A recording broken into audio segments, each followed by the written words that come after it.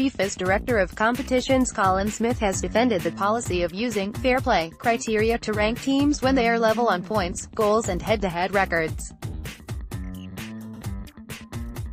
Senegal became the first team in World Cup history to exit the tournament because of their inferior disciplinary record to Japan and Group H, but there have been no complaints about it from the African team and FIFA seems quite relaxed about its new rule. Speaking to reporters in Moscow, Smith said, "We want to avoid the drawing of lots as we believe teams should go forward based on what happens on the pitch." Group H came down to the finest of margins.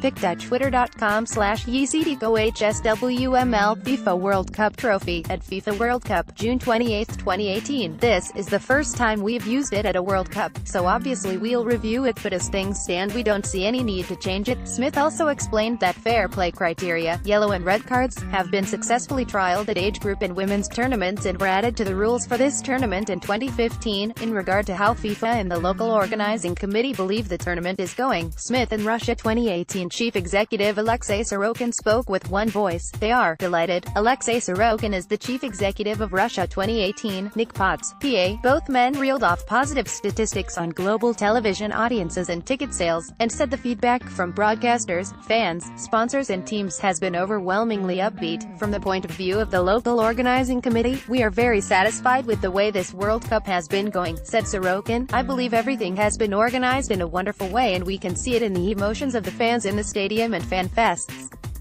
There have also been no problems with the pictures or training bases. Everything is running well. Panama fans in Nizhny Novgorod after their match against England. Aaron Chown, PA. British officials have not traveled to the World Cup after a series of diplomatic incidents between Russia and the UK, most notably the attempted murder of an ex-Russian spy in Salisbury in March. Asked if he would welcome any British officials to Russia 2018 if they reconsidered their decision to stay away, Sorokin said, "We have showed perfectly well to the world that we welcome fans from any country. The atmosphere in every city has been cordial, you have to acknowledge that, so they would be welcome as any other football fan to come and support their team.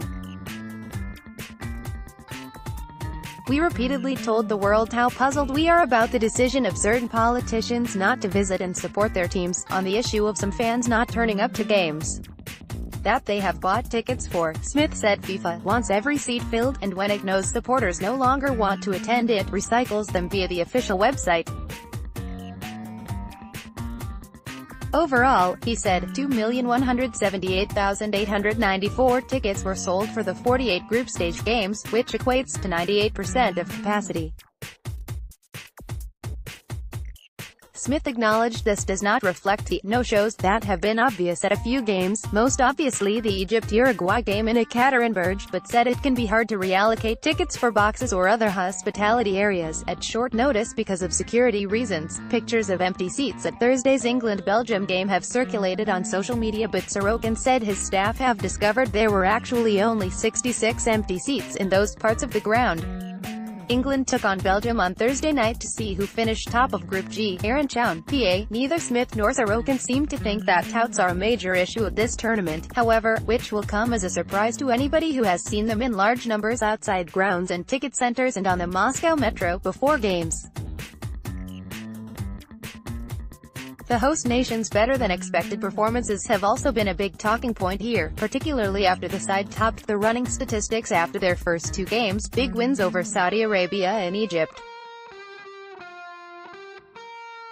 Given the country's appalling record for doping, this raised eyebrows.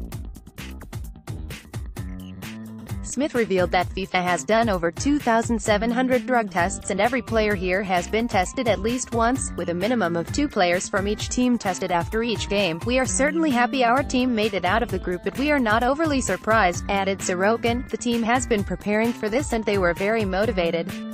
In fact, if you read the Russian media, the message is, 'Sorry for not believing in you, Press Association.'"